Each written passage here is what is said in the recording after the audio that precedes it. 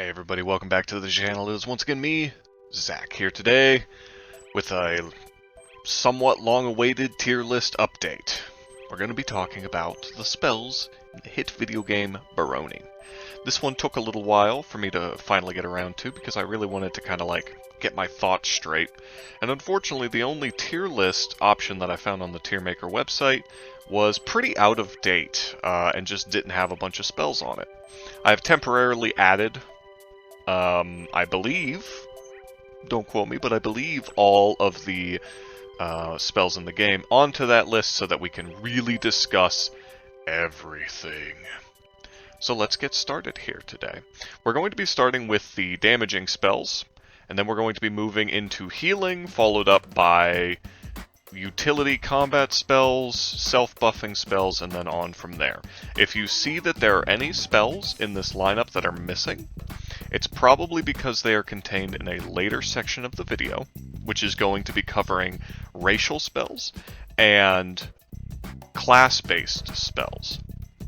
It's kind of arbitrarily split up in a way that makes sense to my brain, so I apologize if that annoys anyone. But without further ado, straight into it. We're going to be starting off with the Force Bolt spell. Now, the Force Bolt spell is one of the cheapest spells in the game, and does a pretty middling amount of damage, we'll say nicely. It's very weak. However, while normally I would put it probably in C tier, because despite being, low mana cost, it is extremely weak. It just does very little damage. It will not be going that low. It will actually be sitting solidly somewhere in between A and B tier. I'm going to put it into B tier, and I'll explain why.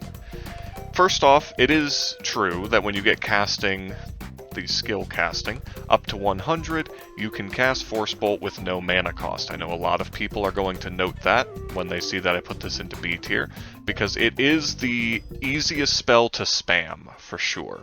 And if you're playing as a magic-heavy character, it can be nice to have a fallback spell that costs you nothing to use. However, there are so many ways now in the game to get mana regen, and it is very easy by the time you hit mid-game to be so over-leveled for the dungeon that you have a massive mana pool and probably a pretty decent raw mana regen stat as well, even without getting any extra bonuses from things like your gear or artifact equipment, stuff like that. And that's not even talking about how powerful alchemy can be for this, right? So by the time I'm personally hitting the mid to late game, I'm wanting to shift off of Force Bolt wherever possible and use other, more powerful spells. However, it really can't fall below B tier, because if you do run out of mana, or if you want to soften somebody up to use Dominate on, or anything like that, it is hard to argue with how efficient Force Bolt is for its, quote-unquote mana cost, or lack thereof. Moving on to the next one, though, we have Poison. This is just Poison. You can see here Poison Spray, which is unfortunately on this list twice. We're going to ignore that when we get to it, though. Poison is a single target poison effect, shockingly enough. This one is very weak, and is another one that I would normally put down into D tier, but there is a caveat that puts it up into C tier, okay? The initial damage of the spell is pretty bad, and most of the time, using poison on enemies is not really necessary, Spamming Force Bolt 3 or 4 times will do more damage than poison does in the same amount of time in pretty much every circumstance. However, when fighting high health targets like shopkeepers, being my favorite example here, it can be really nice to be able to toss down a damage over time effect. Poison especially seems to be particularly effective.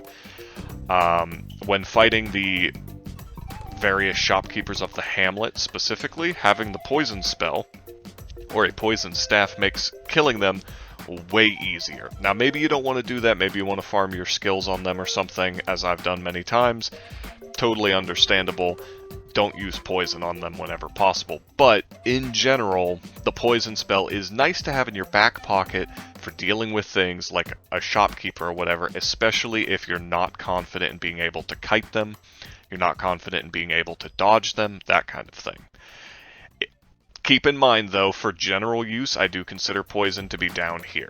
It is, in fact, only C tier because it is specifically good against very specific enemies. On the other hand, we have Bloodletting. Bloodletting is awesome. Bloodletting is legitimately, I think, somewhere in S or A tier. And I'm going to say personally that we're probably going to put this one in S tier.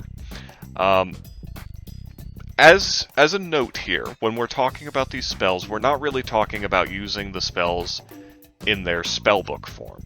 Currently, as of the Keep Your Secrets update, getting a very high enchantment on a spellbook and running around casting spells out of that spellbook is sort of the DPS meta.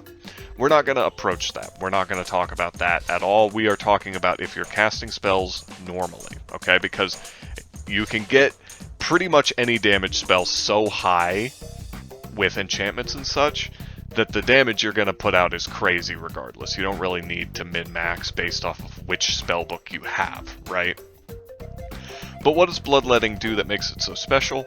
Well, it has a raw damage stat that is pretty comparable to things like Fireball and Magic Missile, while having a slow effect that is obviously the same as the slow spell, as well as the cold spell, meaning it provides both of the damage and the utility of a lot of these spells. Like, it's kind of both cold and fireball wrapped into one, because in addition, it has the damage over time effect of bleed, which is, you know, just like fireball, basically, because fireball lights things on fire.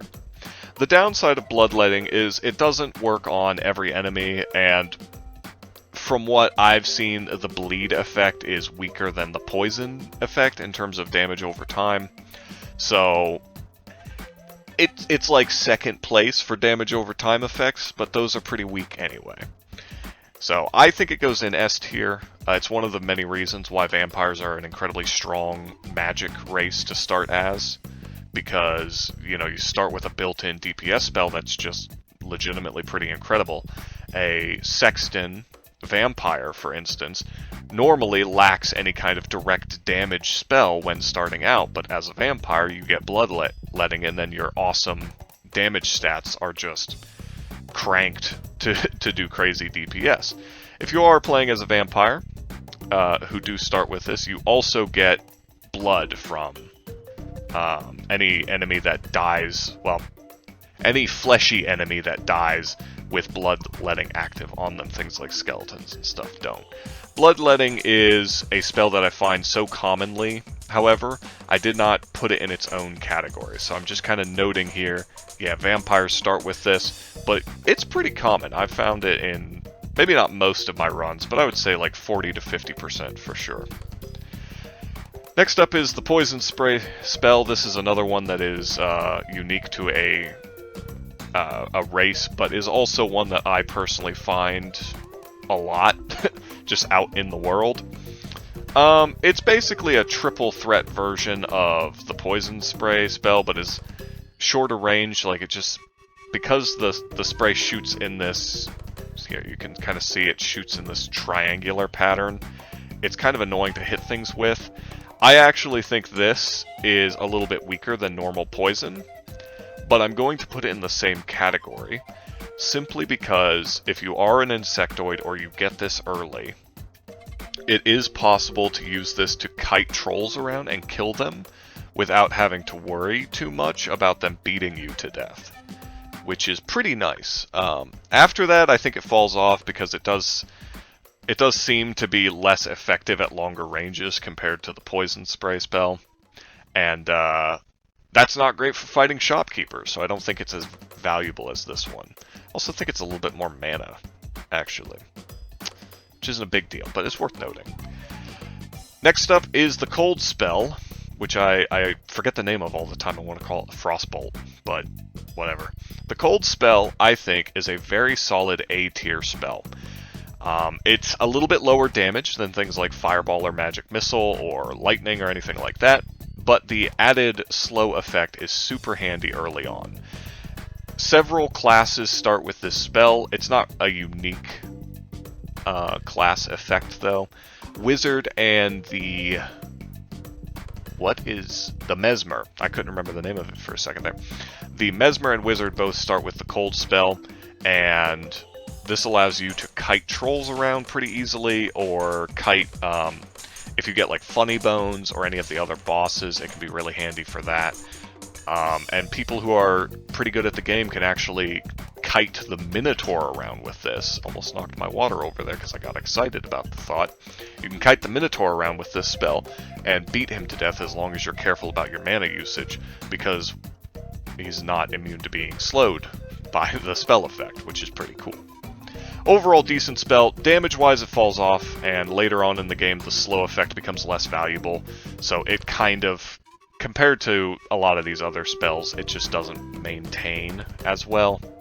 But I do think it is sort of a low A tier, for sure, because its value in the early to mid game is just, it's crazy. Next up is Fireball, which will be going above Cold, on the cusp of S tier. Fireball has the damage and the damage over time value of Bloodletting. I think it overall does a smidge more damage with the fire effect.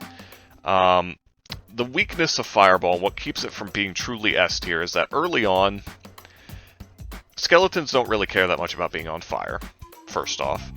And you will run into a lot of situations where, well, not a lot, you'll run into a couple situations where Fireball is just not optimal, compared to if you had Bloodletting, it would be better because of the slow. Wizard, of course, as a class, gets to start with both of these spells, and you can alternate between them, which is very powerful.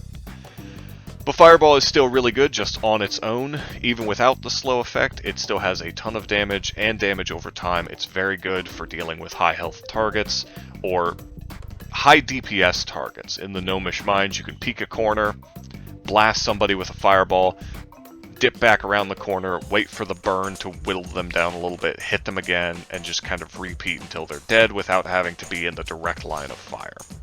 Which is nice. That is a solid benefit for it. It's very high A tier. Next up is Magic Missile. My opinion on Magic Missile might be a little bit surprising, but I actually think it also only goes into A tier. I really don't think that Magic Missile is incredible. It's basically, it's one of those spells that you save for late game when you're insanely powerful and then you pop off with it, which doesn't have a ton of value to me personally. Now, admittedly, it is a high damage spell. If you get it early, it will help you kill stuff fast. The downside is it lacks the safety of any of these other three spells. It's pure damage. And as the difficulty goes up in the game, if you're playing on like hardcore mode or something, I just feel like the time to kill goes up, but not in a good way, you know? So overall, Magic Missile, it's good, but it doesn't start getting good until you have a lot of mana regen, and you can really sustain the amount of shots you gotta take with this thing. Once you can, it will melt stuff for you. But until then, it's just not that good. I can't really put it in B tier, because like I do find myself switching off of Force Bolt to use it instead by the mid to late game, because you have enough mana to do so, but it's very low A tier. I would almost rather have any of these other three, especially if you start the game with it. Like, you don't want to start with Magic Missile. As far as I know, nobody does, but if you had the option to start with any of these spells we've talked about so far, 100% I'm going for one of these three, and not any of these, right? Obviously not going to go for Force Bolt, you get that for free. But let's move right along here. We're getting into the healing-based spells. Now, the first one is sort of a weird one because it doesn't directly heal you, but it's Cure Ailment. This will cure basically any ailment you may be affected by. This one, I would normally put into C or even D tier, because generally, when you're in a situation where you're being burned or poisoned or anything like that, you don't really want to be hanging out to switch to a spell, to cast it, and then cure the effect, right? You'd rather just leave the area, leave the negative situation you find yourself in. However, I am going to put it as a very, very, very low B tier, because the Goatman race benefits massively from Cure Ailment, being able to cure their hangovers that they get from not drinking enough alcohol. In addition, Cure Ailment can be a lifesaver in the early game, especially if you're playing as the healer class, which starts with it. And it does increase its value if you're playing in a very minion-heavy playstyle or in a group of people in multiplayer. In those situations, its value jumps up. In single player, if you've got Cure Ailment, I wouldn't bother preparing it most of the time, unless you're a goat man. So, that's my take on it. Next up is the heal spell. Now this one is going to be controversial. Alright, because heal is a very good effect early. It's pretty solid on the first couple floors. But I'm going to be real with you guys, it's C tier at best.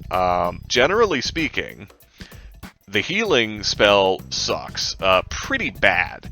And I think that it is too weak, frankly. I don't know how they would tweak it, but by the mid-game, not even the mid-game, by the late early game, like you get through the Gnomish Mines, this shit is already starting to fall off. And that doesn't feel good, you know?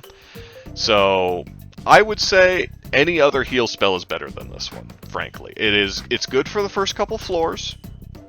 After that, it starts not being so good. You really want to find any other healing spell if you're sticking with spells as a major source of your healing. If you're playing with health regen on, I mean, just find a corner and suck your thumb for a few minutes while your health regens, you know? If you're playing with health regen off, try and find some food or something. Anything is better than this spell. Again, it's not atrocious. I wouldn't put it in D tier. Legitimately, there may be no spells in D tier anymore. We'll see. But I don't like it very much. I'm just going to be honest with you. Next up is Troll's Blood. Troll's Blood boosts your health regen for a little bit. This used to not work in any kind of game mode where health regen is turned off, but they fixed that in the Keep Your Secrets update, which sends this bad bitch all the way up into high B tier. Not quite that high, right there. It's significantly better than normal healing, and it's very efficient. Like with your time and everything, you can actually activate this before you take damage, then go into a bad situation and have your health constantly ticking up while you are in that situation, which is just better than healing. It has a slightly longer cast time than the normal heal spell, I believe. It's more comparable to extra healing, and it doesn't work on certain races and such as skeleton. I can't remember if it works on vampires, actually, offhand. But it works, I think it works on automatons. If I remember right, that was a weird thing that it, for whatever reason, affects them. Don't know if that's been fixed or not, or if that was a fever dream I had once, which is always a possibility. But, either way, depending on your team comp and stuff, Troll's Blood is awesome, and it's great to have whenever you're in a situation where, you know, you're playing it in a big, like, minion-based playstyle or something, again, because you can toss this down on your whole team, then go in and take damage, and, you know, you'll be good. Extra healing is next, and extra healing is actually decent. It does enough healing that I am willing to put it in the top of B tier. I don't think anything will go past it. Anything that's past extra healing is A tier or above. Healing overall is kind of weak in Barony, in my opinion, compared to just, like, I don't know, alchemy, as an example, or just not taking damage in the first place. And I know that that's kind of a bad thing to say, where it's like, oh yeah, just don't take damage, forehead. But alchemy supplants it so hard that I really just don't think I can put it any higher than that. Generally speaking, it is better to output more damage or use a self-buffing ability to avoid damage rather than healing the damage up after the fact, you know? Well, that's it for the healing spells. So let's get into the next batch. These are kind of weird ones that are sort of like combat spells that don't do damage, starting with the Sleep Spell. Now, Sleep Spell is an absolute S tier legendary spell. It does fall off late game, I will say. It is the bottom of S tier here. But Sleep puts the enemy to sleep. Early on, this allows you to kite basically anything with something as simple as a slingshot and a sleep spell. The Sexton class starts with one. That's a lot of S's in a row. And it's incredibly powerful. It allows you to kite trolls, chucking your chakrams at them. It's fantastic. If you're a stealth-based class, you can sleep enemies, sneak up behind them, get that sneak attack, run away, sleep them again, and just repeat as many times as you want. It allows you to choose when and where to fight your enemies. And if a group of enemies are coming at you, you can pick off a couple of them with sleep, kill one, move on to the next one. It's just generally great. Sleep is very, very powerful. Like I said, towards the sort of late mid-game or well into the late game, you get to the point where you're strong enough you just kill them. So it is, again, at the bottom of S tier, but it is one of the strongest spells early, for sure, with careful play. Next up is Stoneblood, I believe this one is called. This one is pretty unimpressive to me. I'm going to put this one, I think, right about here. All it does is paralyze your enemies. Now, paralyze is a crazy strong effect, but it mostly comes into play early game, when things like bear traps and stuff allow you to clear the gnomish mines very easily. Stoneblood is a pretty high-level spell effect that just doesn't do it for me, you know? It's just a little bit mediocre. I don't hate it, but I don't really see the niche use of it. And in fact, I would put it all the way down here. I would be tempted to put it into D tier. Because, yeah, you know what? I am going to put it into D tier. You pretty much never see Stoneblood until later in the game. And by that point, you don't need to paralyze enemies, right? Because you can just kill them. So generally speaking, if you get it early, I'll say it would be a C or B tier spell, for sure. It probably, honestly, it would probably be like B or A tier, even, if you could get it early. But I have never really seen it early, so I'm going to put it into D tier. I'm sorry if there are any Stoneblood stands out there, but, you know, feel free to convince me in the comments, because legitimately, I would love to know if there's ever a time where this spell is the go-to pick. Next up is Confuse. Confuse is another spell that I think is a little bit mid. It's not terrible, but what it does is confuses enemies and makes them fight each other. They will still hit you if you get close enough, though, or if you attack them. But it does mean that they are more likely to turn on their friends. I'm going to put this one at the top of C tier. It's like in between these two tiers, though. The problem with it is it sort of relies on there being multiple enemies to get max value out of it. The upside of it is it's very strong, right? Being able to make enemies fight each other is pretty cool. Overall, though, I just don't really see... I don't really see how it's great if you're fighting somebody more one-on-one, I guess. Which is unfortunately a lot of the early game especially. So this is sort of a mid-game spell. It gets outshone late, and it's outshone early. But it's not bad, so I can't really put it into D tier. If you start with it, like the Jester class does, or the Joker class does, then it can be really good. It is ideally suited for dealing with certain enemies and things like that. You can even use it against gnomes in the gnomish mines, or humans in the hamlet or mine town. You can use it against the ghouls in the haunted castle stage, stuff like that.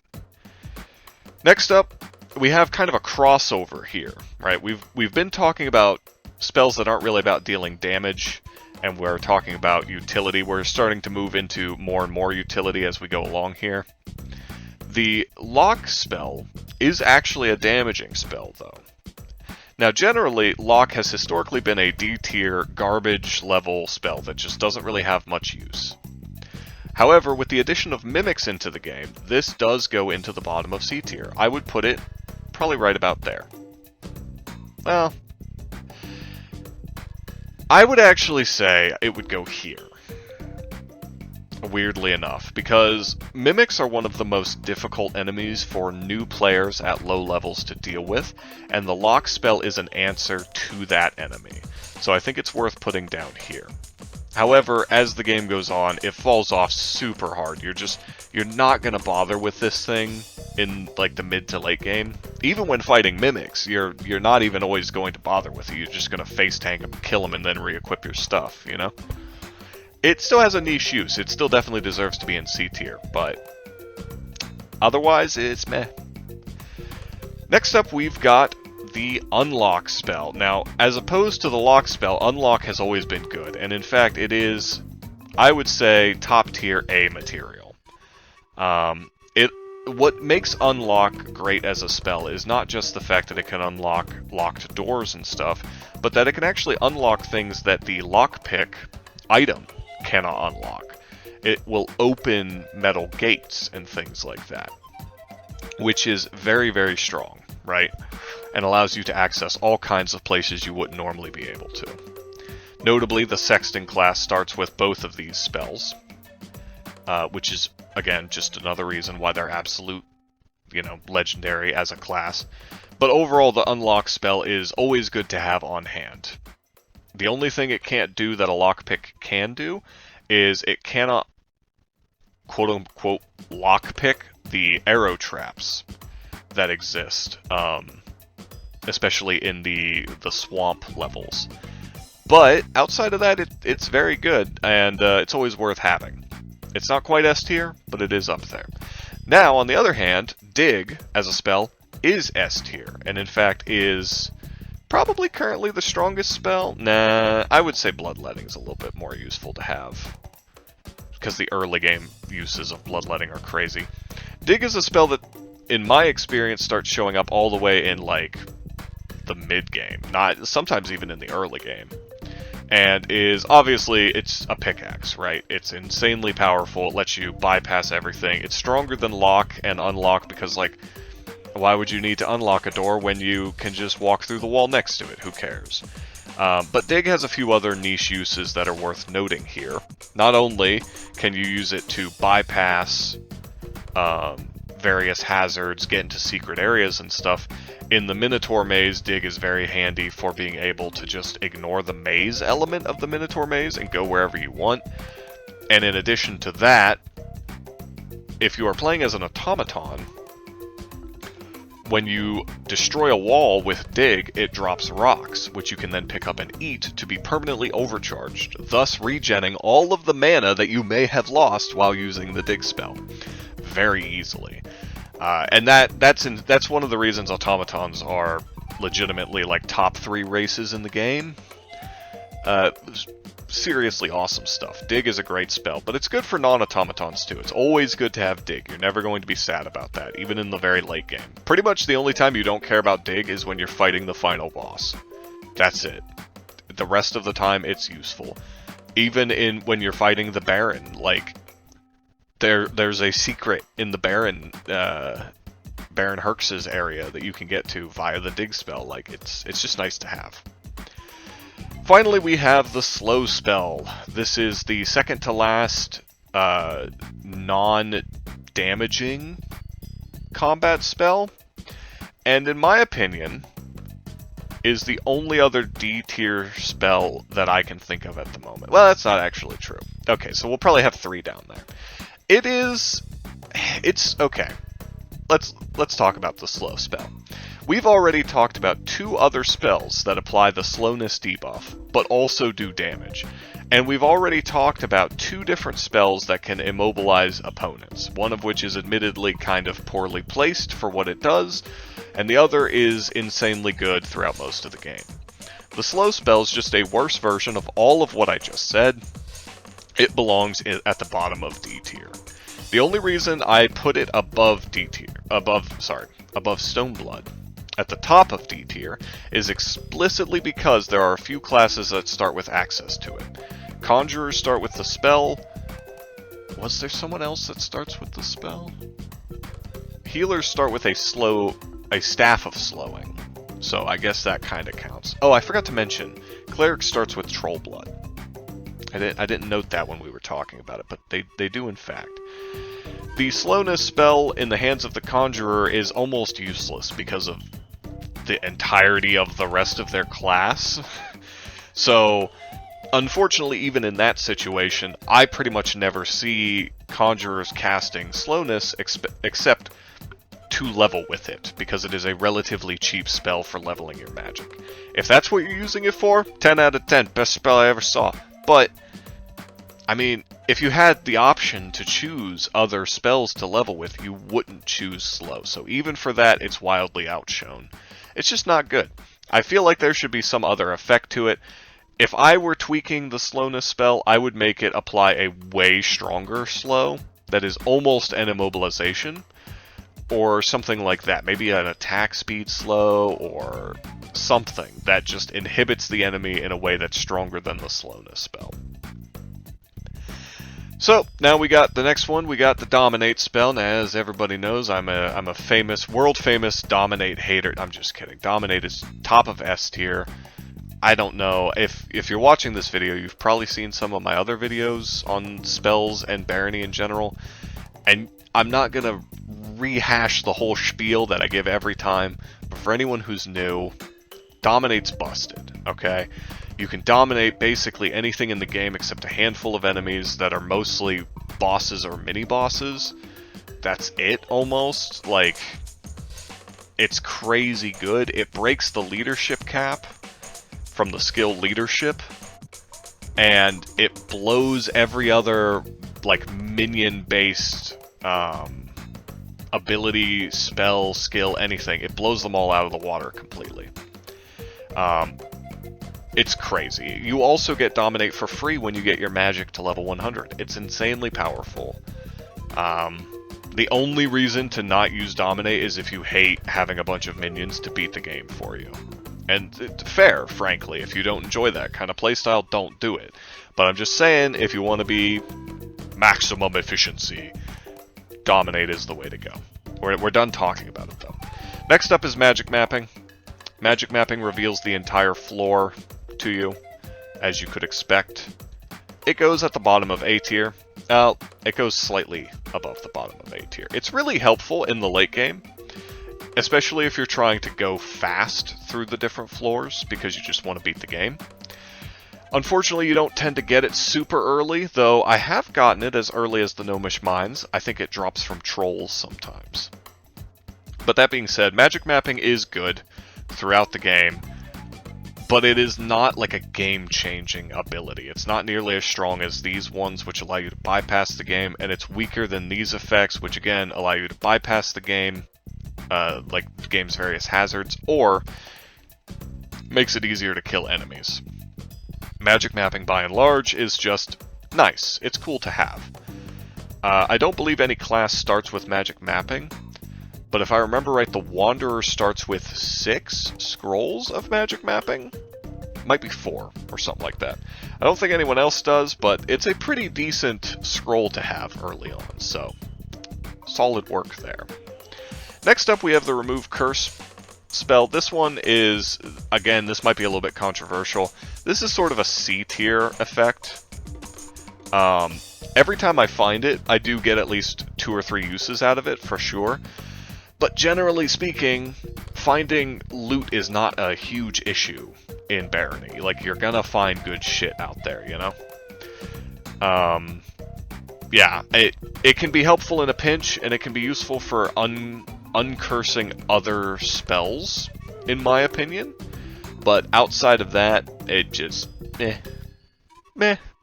It's not terrible, not great. I would much rather have Magic Mapping, or Dig, for sure. Then we get to the Light spell. The Light spell is kind of a weird one. I'm gonna say this one is maybe controversial, but I'm gonna put it down, honestly, here. It's not quite a D tier skill, because it is useful for leveling up casting and magic pretty quickly. And honestly, in the late game, I don't mind having the Light spell active on me. The problem is that the Light spell effect follows you. So the light often will get behind like a wall or something and fail to light up the area in front of you, especially when you start moving really quick in the late game. So it's, in my opinion, it's kind of self-defeating, but it's nice to have early on for leveling, so I'll leave it where it's at. because it is better for leveling than the Slowness spell, up to level 40 for magic and casting. Next up, we have the, I almost said the Rewind spell, I don't know why. This is the Identify spell. This is another one that might seem insanely good early on, but falls off super hard because Appraise lets you do what this spell does for free. So I'm going to put it at the bottom of B tier. It really can't go any higher or lower than that.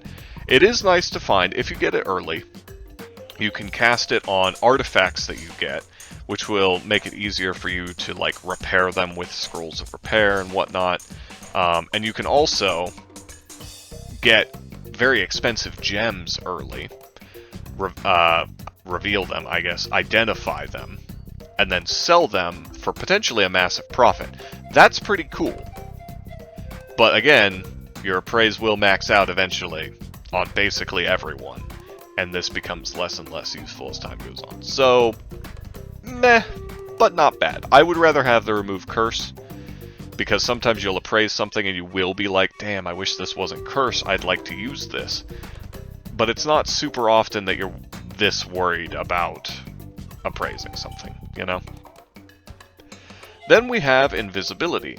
The invisibility spell, I think, personally, I think it goes right here. Outside of spamming it for levels, I don't really see a point in the invisibility spell. You can pretty easily get invisibility items, first off, which are much more convenient. Second of all, meh. Like, why would you care? I believe, if I remember correctly, that the Accursed class starts with invisibility. And that might be the best use of it in the game. Outside of that, I've watched a fair few Barony runs in my time. Lots of speed runs, and some people just playing the game normally. I've never seen them get use out of the invisibility spell. I think it's a little bit too punishing in terms of its mana costs and upkeep for how good it is, because I don't really think that it is all that good, personally. So it goes down here. It's a little bit more useful than the light spell, as is its meh, though. On the other hand, we have Reflect Magic. This spell, I think, probably belongs in A tier. Reflect Magic is an extremely rare spell, in my experience. You mostly find it on items, where again, it is generally more useful on those items. However, if you happen to be somebody who is mostly playing melee, but you get your magic and casting levels up just to get more XP, if you're playing like a melee character or even a ranged character that doesn't want to cast a lot of spells, you can just toss this effect on before you go in to deal with one of the bosses, and you just won't take damage from them. Which is pretty cool. Don't get me wrong. I don't hate it. But it definitely is pretty low on my list of priorities in terms of what spells I want to get. It doesn't really unlock any more of the game for you. It just makes it harder for you to die to wizards, which is cool, but eh. It's A tier. It's very powerful for certain classes and playstyles, but for mages, I think try and avoid this one. It will use a lot of your mana, and it would be better if you just used amulets or something, you know?